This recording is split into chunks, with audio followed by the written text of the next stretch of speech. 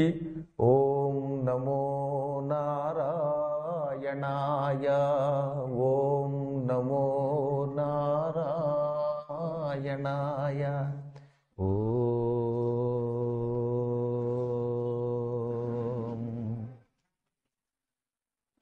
అవిద్యానామంతస్తిమిరమిహిరద్వీపనగరీ జడానాం చైతన్యస్తవకమకరందశ్రుతిఝరీ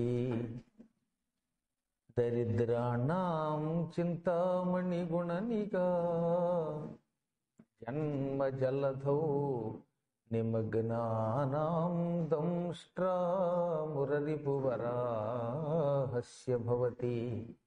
శుక్లాంబరధరం విష్ణుం శశివర్ణం చతుర్భుజం ప్రసన్నవదనం ధ్యాయేత్ సర్వవిఘ్నోపశాంతయే. వందే గురుపదద్వంద్వమవాంగ్మానసగోచరం రక్తశుక్లప్రభామిశ్రమతర్క్యం త్రైపురం మహః. నారాయణం నమస్కృత్య నరం చైవ నరోత్తమం దేవీం సరస్వతీం వ్యాసం తతో జయముదీరయేత్. నమః శివాభ్యాం నవయౌవనాభ్యాం పరస్పరాశ్లిష్టవపుర్ధరాభ్యాం నగేంద్రకన్యా వృషకేతనాభ్యాం నమో నమః శంకర పార్వతీభ్యాం. కాశీ మహిమ ఉదయం ప్రారంభించుకున్నాం. మాధ్యాత్మిక కార్యక్రమంలో కూడా ప్రొద్దుటాపినటువంటి కథా విశేషాలని కొనసాగించుకుందాం.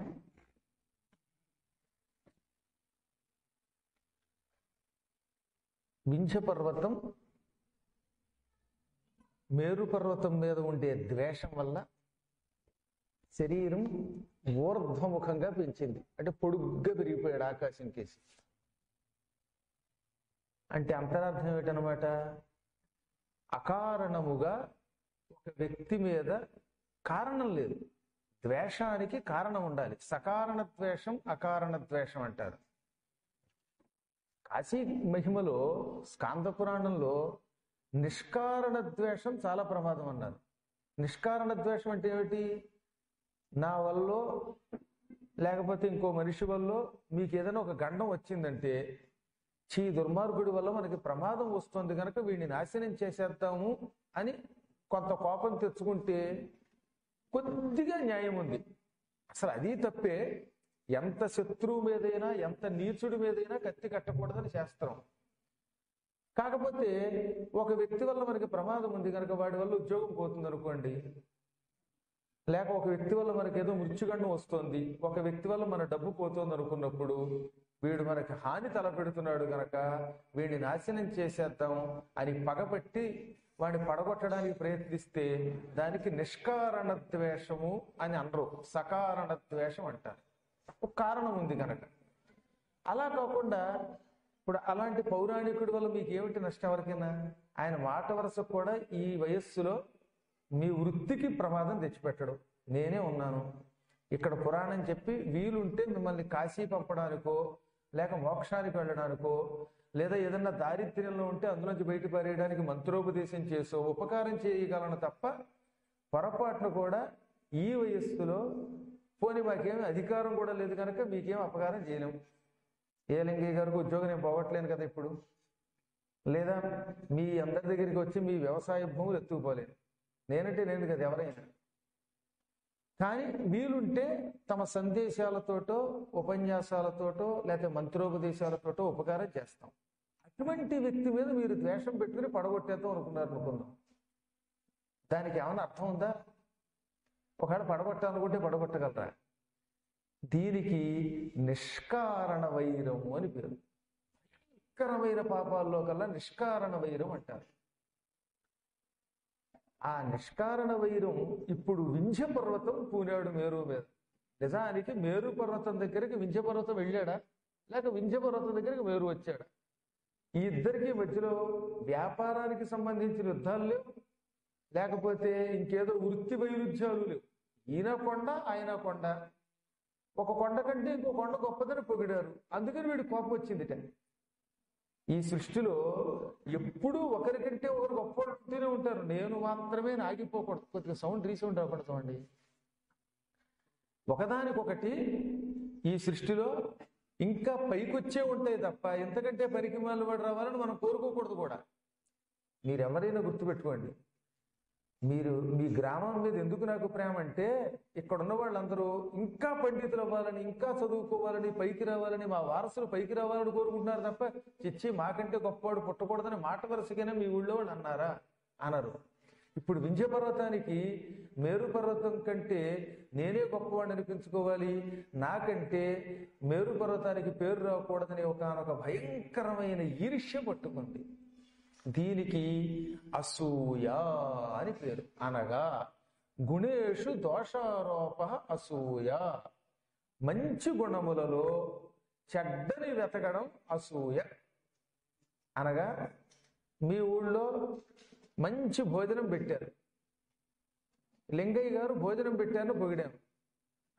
లింగయ్య గారు భోజనం పెట్టారని పొగుడుతున్నాడు ఈయన, ఏముంది ఆయన పెట్టడానికి, శుభ్రంగా ఎక్కడో కూర్చుని వచ్చిన డబ్బులు దాచుకోలేక ఎక్కువైపోయి పారేస్తే బాగుండదు కనుక మీకు అన్నం పెట్టాడు అని ఆ మంచిలో కూడా చెడ్డ వెతికితే దాన్ని అసూయ అంట. భక్తితో శ్రద్ధతో 5 రోజుల పాటు పొద్దున్న సాయంత్రం మీరు పురాణం వింటున్నారు. ఇంతకంటే గొప్ప జ్ఞాన సంబంధమైన విషయం మరొకటి లేదు. మోక్షం పొందడానికి పురాణ శ్రవణం కంటే గొప్పది లేదు అని అన్ని పురాణాలు చెప్పే వ్యాసుడు చెప్పాడు. కృతాదో బహవో ధర్మా కలవు ధర్మస్తు కేవలం పురాణ శ్రవణాదన్యో విద్యతే నాపరో నృణాం. కృతయుగంలో మానవులు తరించడానికి ఎన్నో మార్గాలు ఉన్నాయి, కానీ కలియుగంలో మానవులకి పురాణము వినడము కంటే మోక్ష మార్గం మరొకటి లేదు. అందుకని కలవు ధర్మస్తు కేవలం అంటే కలియుగంలో ఒక్క ధర్మమే ఉందన్నాడు. అదేమిటంటే పురాణ శ్రవణాత్ అపరహ ధర్మ నృణాం న విద్యతే. పురాణము వినడము కంటే మరొక ధర్మం లేదు. అందుకని మీరేం చేస్తున్నారు, ఉదయం పూట చకచక పనులు ముగించుకొచ్చి మళ్ళీ మధ్యాహ్నం ఇంటికి వెడితే పురాణం వినడానికి ఎక్కడ ఇబ్బంది వస్తుందో అని ఇక్కడే పడుండి సాయంత్రం దాకా విని, పాపం నిద్ర వస్తూ ఉంటే కూడా అతి కష్టం మీద కుర్చీలో నిద్రని తొలగించుకోవడానికి మధ్య మధ్యలో పక్క వాళ్ళని పొడుస్తూ, ఒకవేళ నిద్ర వస్తూ మత్తుతో ములుగుతున్న గురువుగారి పురాణం తన్మయత్వంతో విన్నట్టుగా తలకాయ లూపుతూ కొంచెం నటిస్తూ ఏదో యాత్రపడి పురాణం వింటారు. మొత్తం మీద ఇంత శ్రద్ధగా పురాణం వింటూ ఉంటే ఎవరైనా అయ్యో ఆ ఊళ్ళో వాళ్ళు ఎంత శ్రద్ధగా పురాణం వింటున్నారని నాబోటివాడు పొగిడితే పక్కకెళ్ళి పురాణం వింటున్నారా, ఇంట్లో పని అవ్వక కాలక్షేపం అవ్వక ఇంటికి వెళ్తే మొగుడు పిల్లలు కొట్టుకుంటారు కనుక ఇక్కడికి వచ్చి పురాణం వింటున్నారని ఎవడన్నా అన్నాడంటే ఇంక అంతకంటే నీచుడు ఉంటాడా? అదనమాట అసూయ అంటే. గుణేషు దోషారోప. శ్రద్ధగా పురాణం వింటున్నారని పొగిడితే అందులో కూడా తప్పులు వెతికే వాళ్ళని అసూయ పరులు అంటారు. అటువంటి వాడు ఎంత సర్వనాశనం అవుతాడో, ఎంత దెబ్బతింటాడో మనకి కాశీ మహిమ చెబుతోంది. వింధ్య పర్వతం శరీరం విపరీతంగా పెంచాడు కదా, పెంచగానే సూర్య భగవానుడి రథం అక్కడికి వచ్చింది. సూర్య భగవానుడి రథం తోలుతున్నవాడి పేరు అనూరుడు, అరుణుడు, 2 పేర్లు ఉన్నాయి. ఆయన బయలుదేరాడు. ఎదురుగుండా ఒక పెద్ద దృశ్యం కనపడింది. ఈ అరుణుడు అంటే ఏమిటో ఇక్కడ మనకి చాలా బాగా చెప్పారు శివపురాణంలోను కాశీ మహిమలోను కూడా. అసలు తెలుసుకుంటేనే సగం జీవితం ధన్యమైపోతుంది.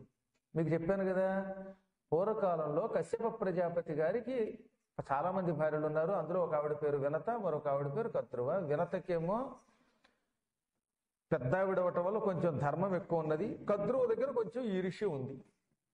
ఎప్పుడూ ఉంటారు మంచి చెడ్డ, ఈ ఈర్ష్యాపరులు ఉత్తములు. ఇది సృష్టి రహస్యం అనుకోండి, దాన్ని ఎవడో బాగు చేయలేడు.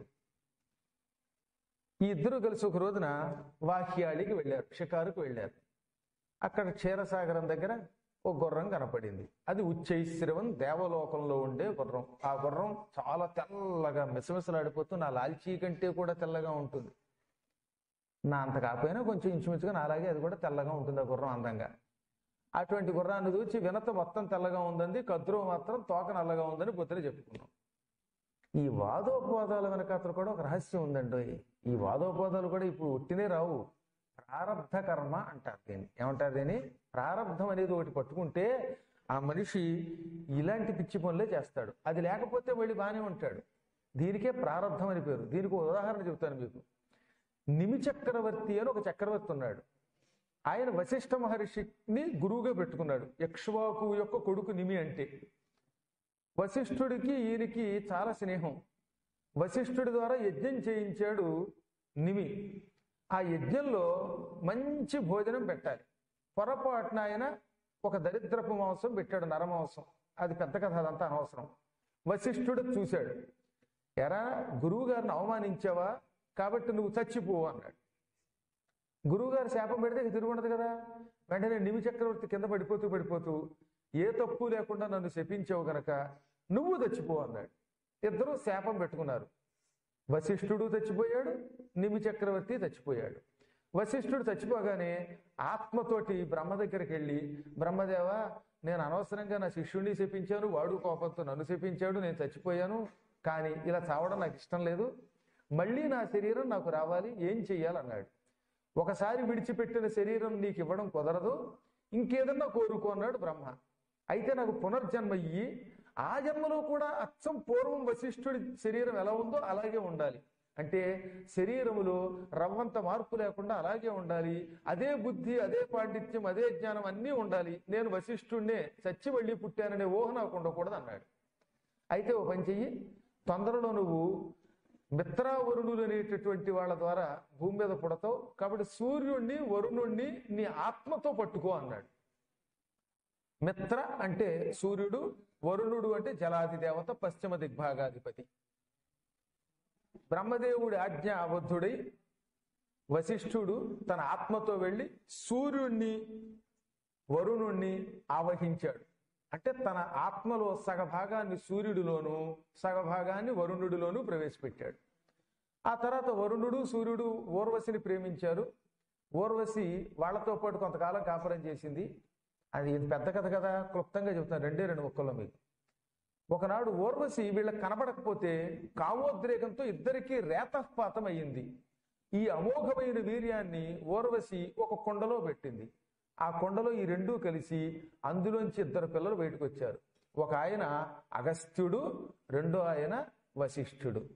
చచ్చిపోయిన వశిష్ఠుడు మళ్ళీ యథాతథంగా ఊర్వశి కారణం చేత రేతపాతమైన సూర్య భగవానుడు వరుణదేవుల యొక్క వీర్యంతో పుట్టారు.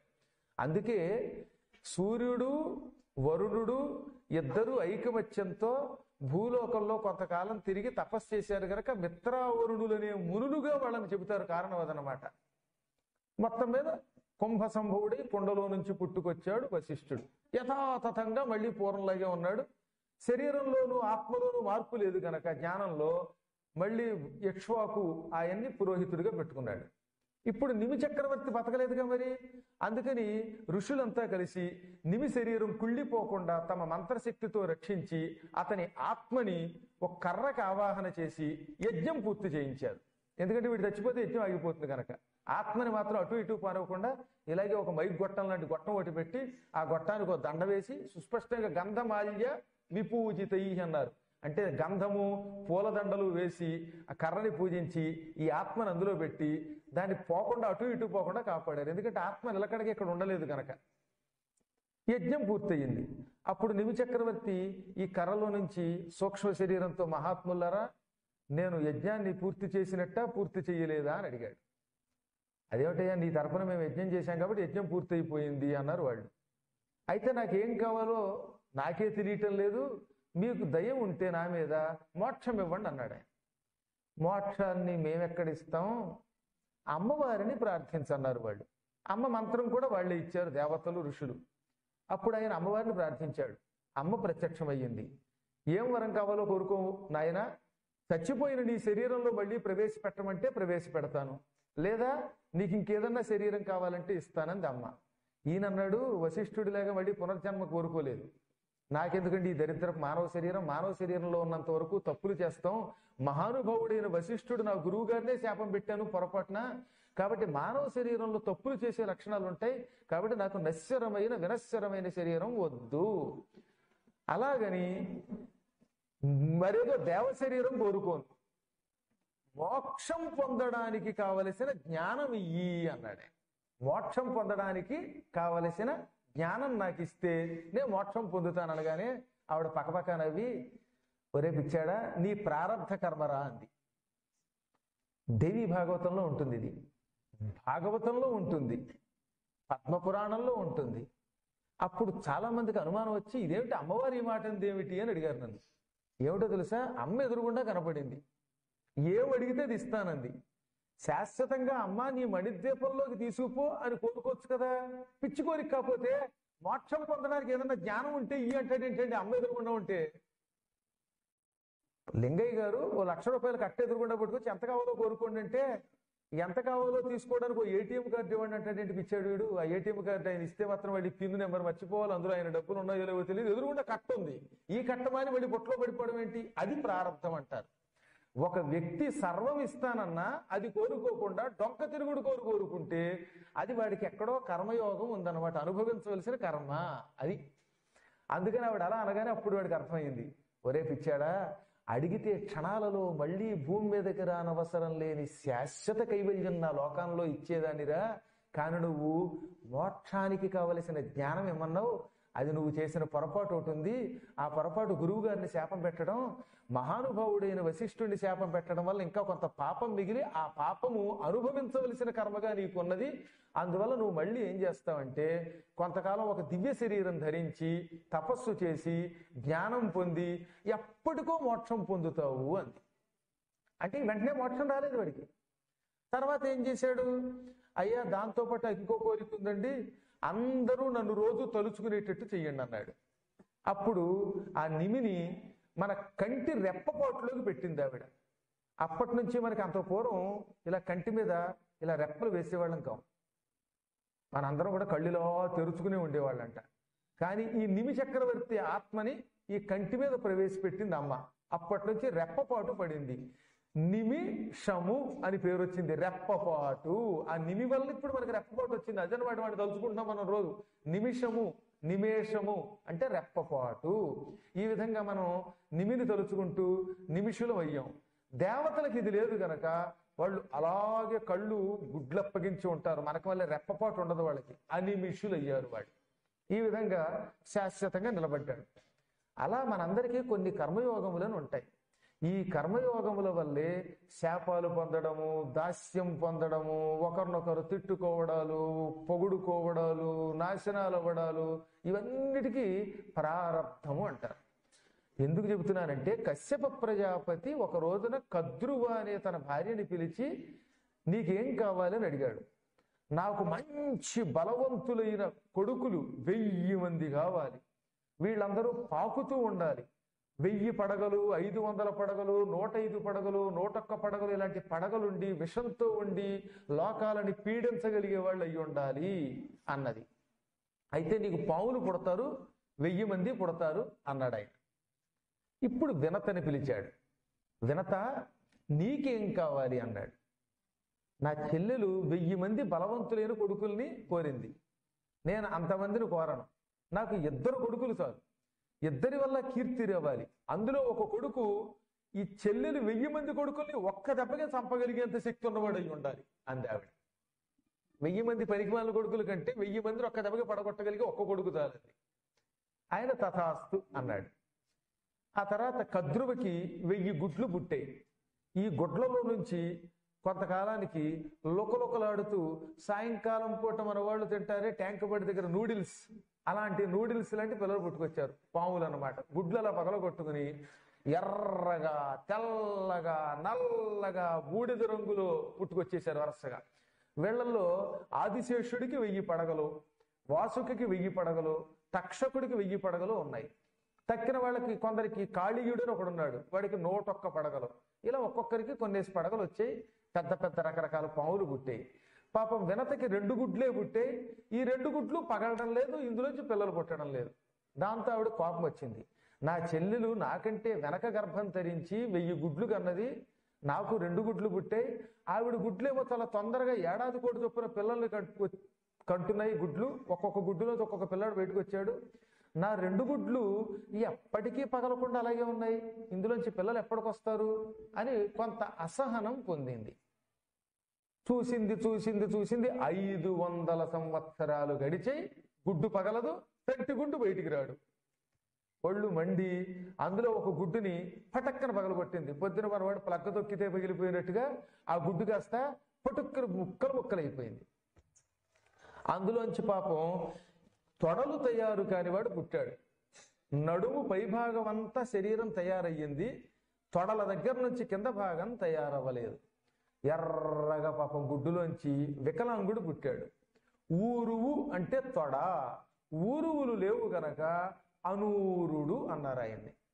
ఆయన పుట్టగానే ఆగ్రహోదగ్రుడై, ఎంత పాపం చేసేవే నువ్వు, అమ్మవా, గోడ మీద బొమ్మవా, నా దిమ్మ తిరిగేలాగా నన్ను పగలగొట్టేశావు, ఇంకొక 500 సంవత్సరాలు ఈ గుడ్డు జోలికి నువ్వు రాకుండా ఉంటే నా అంతట నేను సకలాంగుండై అవయవాలన్నీ చక్కగా తయారయ్యిన తర్వాత అందంగా ఆరోగ్యంగా పుట్టేవాణ్ణి, నీ ఈర్ష్యతో ఇంకా పిల్లాడు తయారవ్వకుండా నీ గుడ్డును పగలగొట్టావు.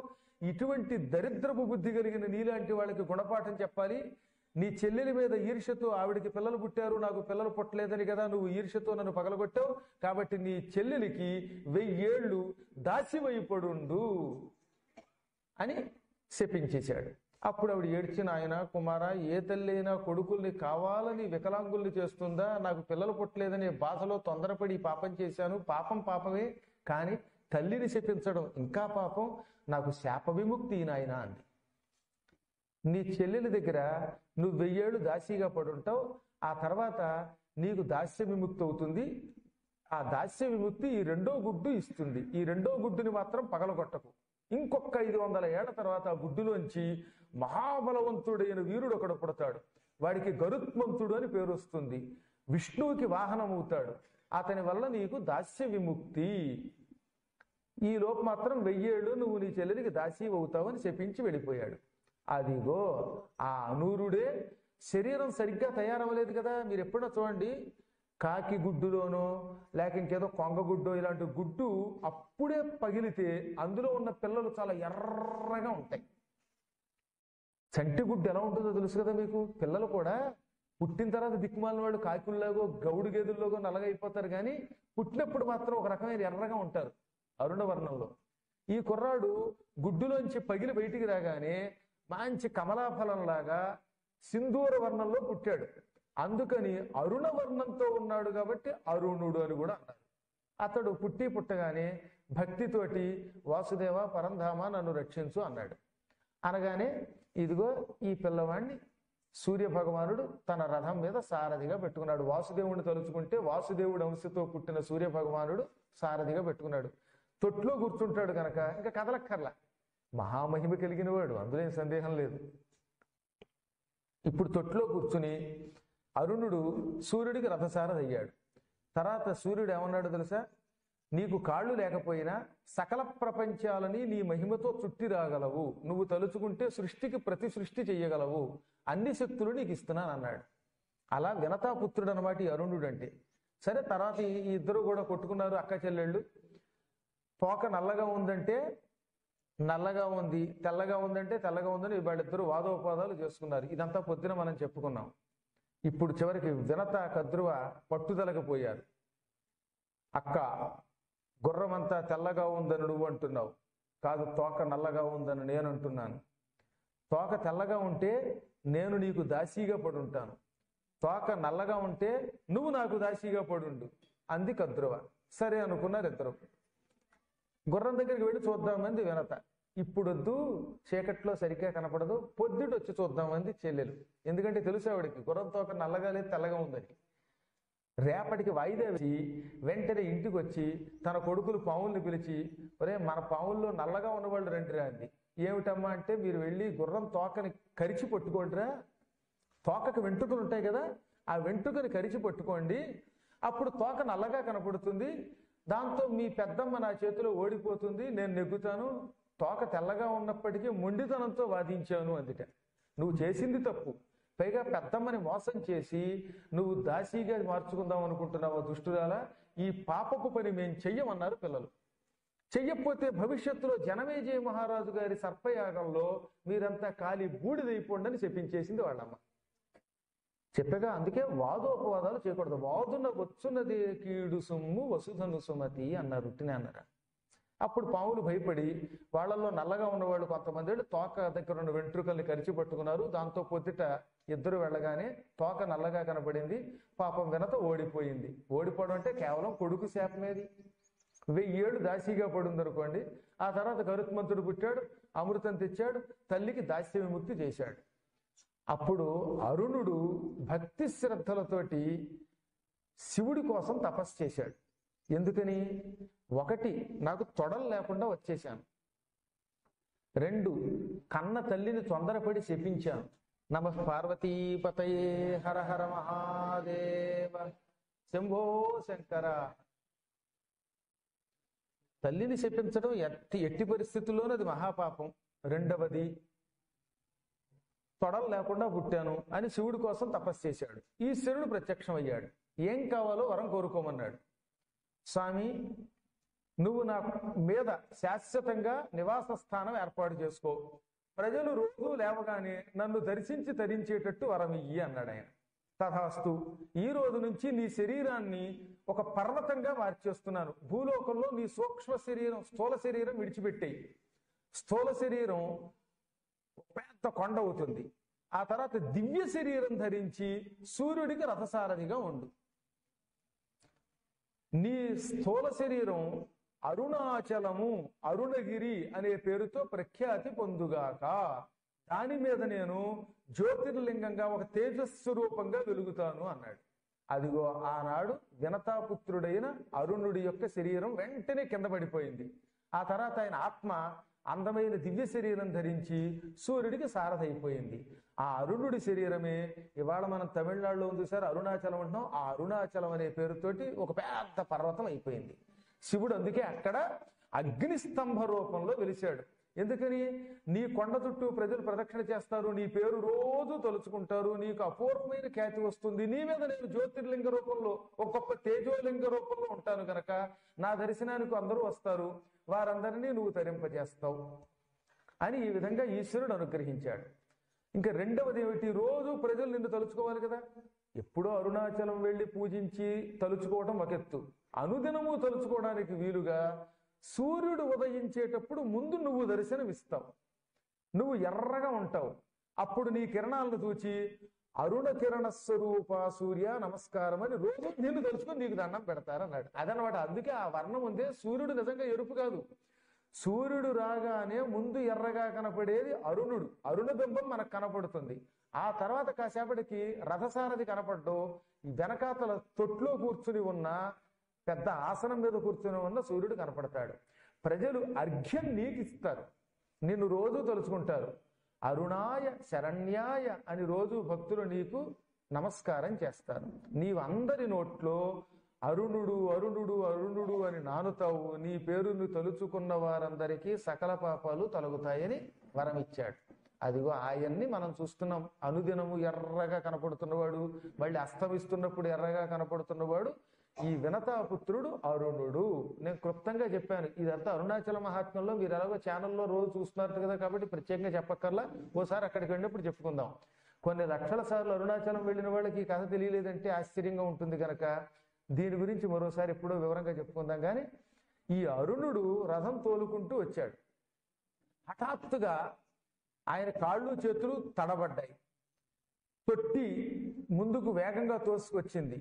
సూర్యుడి గుర్రాలు బాగా ఆకుపచ్చ రంగులో ఉంటాయి, మంచి పొడుగ్గా ఉంటాయి. ఈ గుర్రాలు వెళ్ళి ఎదురుగుండా ఉన్న కొండకి ఢీ కొట్టాయి.